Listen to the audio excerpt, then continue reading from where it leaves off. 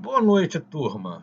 Eu estou experimentando aqui é, fazer um vídeo aproveitando o questionamento que alguns estão trazendo, especificamente sobre a questão número 6, que é sobre a jurisdição voluntária, não é?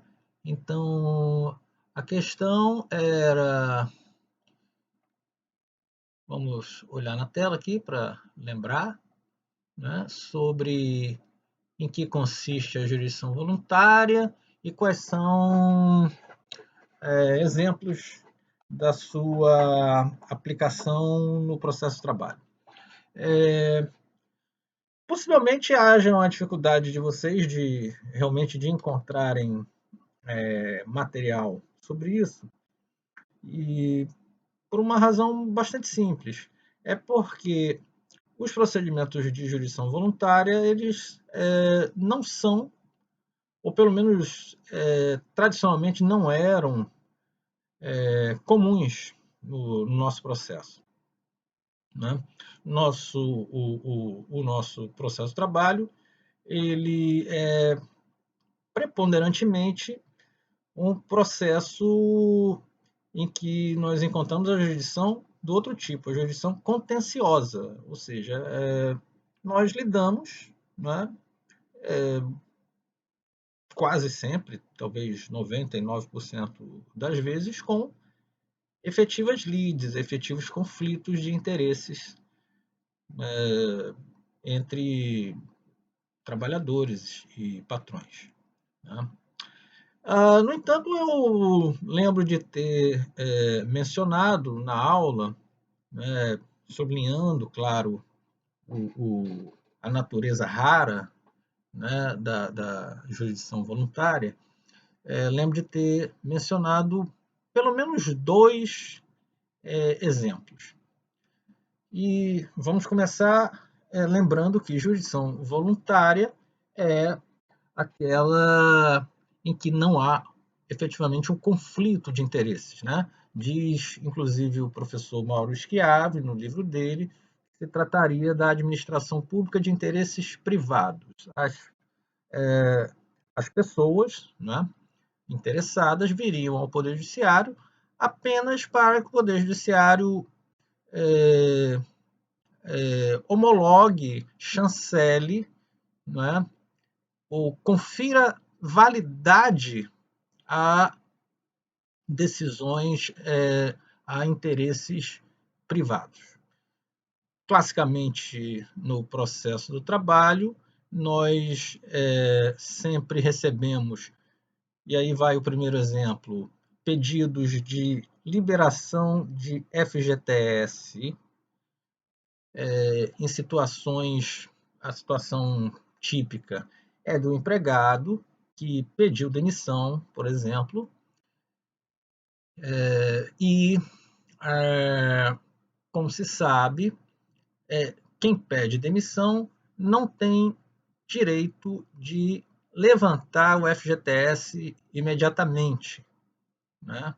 Porque este é um direito que, de regra, se aplica àqueles que são despedidos imotivadamente, aqueles que são despedidos pela chamada justa causa, né?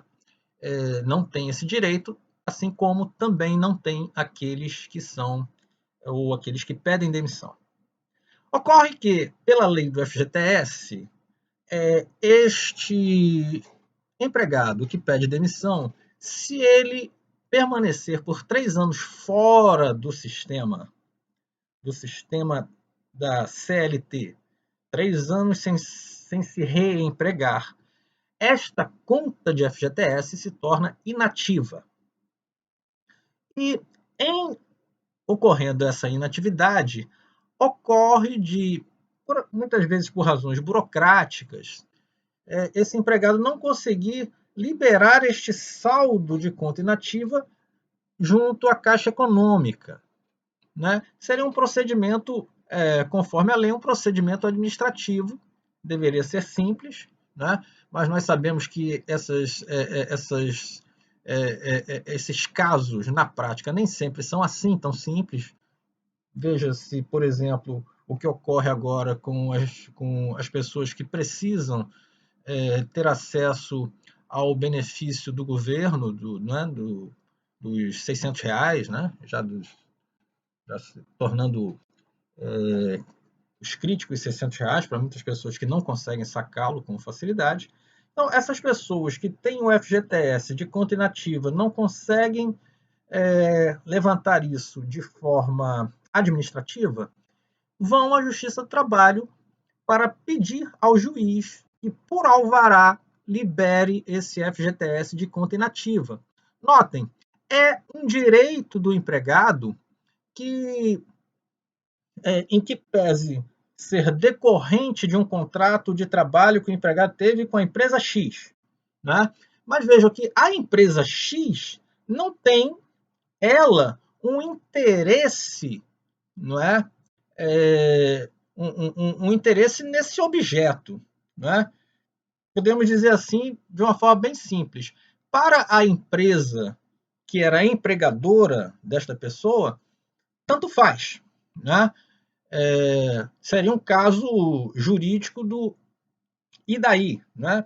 A empresa não faz a menor diferença, ela não teria sequer o interesse de contestar. Logo, o juiz pode apreciar esta matéria na qualidade de jurisdição voluntária, ou seja, não há conflito de interesses. O juiz apenas avaliará se o autor preenche os requisitos legais para essa liberação do FGTS, sem, repito, sem conflito de interesse com qualquer outra parte, né? Então, quando o Poder Judiciário tem sob sua apreciação esse tipo de matéria que não envolve conflito, mas que, por uma questão de segurança jurídica inclusive para o próprio administrador do fundo do FGTS, né, porque o juiz vai avaliar se existe legalidade no pedido, nesses casos nós temos um exemplo de jurisdição voluntária no processo do trabalho. Na aula, então, eu mencionei um outro exemplo de jurisdição voluntária que aparece para nós no processo do trabalho, e esse é um exemplo, digamos, novo, né?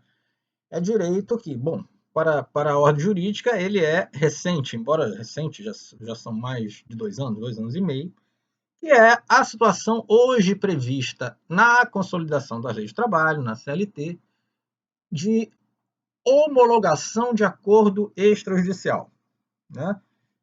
Vou ler para vocês aqui a regra do artigo 855-B da CLT, que vai com o seguinte texto: o processo de homologação de acordo extrajudicial terá início por petição conjunta, sendo obrigatória a representação das partes por advogado. Ou seja, e por que isso vai ser também considerado exemplo de jurisdição voluntária? Também aqui não haverá conflito de interesses. Bem ao contrário, nós teremos as duas partes interessadas, o empregador e o empregado, peticionando conjuntamente. Né? Para quê? Para que o juiz homologue um pedido de acordo de ambos, ou seja, na mesma petição, presumindo-se, não é, que o interesse seja comum dessas duas partes. Não há, repito, não há conflito de interesses. Há uma comunhão, uma conjunção dos interesses das partes que, em tese, poderiam ser partes conflitantes, mas, no entanto, não são. Não é?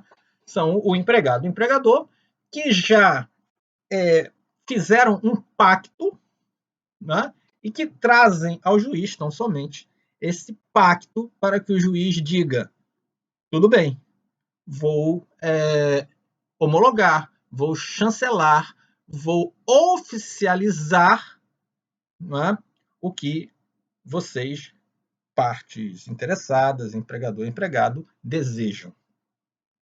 Também aqui nós temos, então, jurisdição voluntária na medida em que não há conflito. Há, ao revés, há consenso.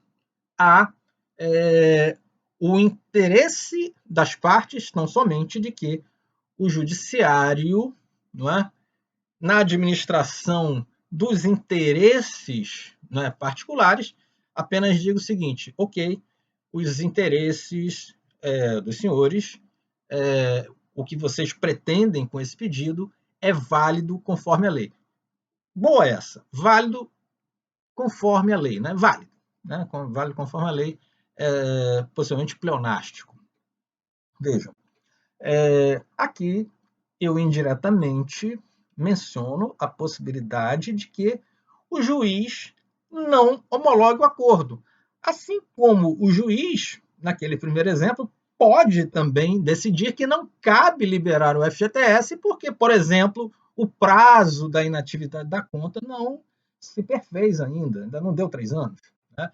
E também o juiz pode considerar, né, que haja vícios na manifestação da vontade ou cláusulas desse acordo que se pretende sejam cláusulas ilegais, né?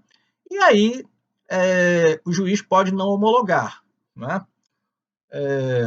O direcionamento que é dado a isso vai depender do caso concreto.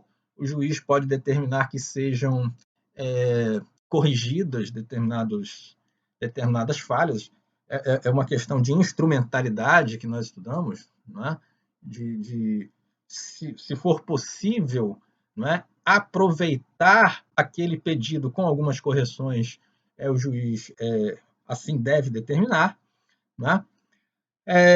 Mas, enfim, há a possibilidade de não haver a homologação. Né? Mas, para encaminhar para finalizar, se a petição estiver em conformidade com a ordem jurídica, o juiz simplesmente homologa o que é interesse das partes, repetindo novamente o que é a própria definição do que seja jurisdição voluntária, não há conflito. Eu espero, então, que tenha conseguido aclarar os questionamentos que foram trazidos por alguns colegas, em especial quanto aos exemplos. Às vezes algumas coisas passam assim muito rápido nas aulas e é natural que apareçam dúvidas.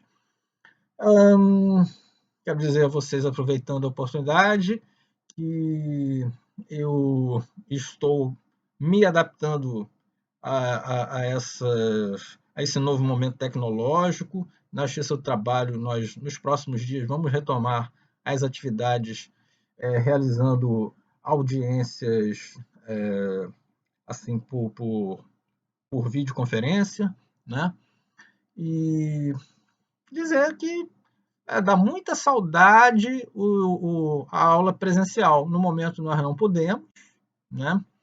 Mas eu faço votos, tenho fé de que não demora muito para nós nos reencontrarmos e vai ser uma festa, né? Tá? Um abraço, fiquem à vontade, podem se comunicar comigo pelo e-mail, pelo WhatsApp. E também é uma recomendação da escola que os trabalhos sejam enviados aí pelo sistema, né? Então, porque uma questão oficial, assim, também estatística, porque a faculdade precisa enviar comprovações ao MEC, né, de que está cumprindo, de algum modo, a carga horária, as regras oficiais quanto à avaliação. Tá? Abraço a todos.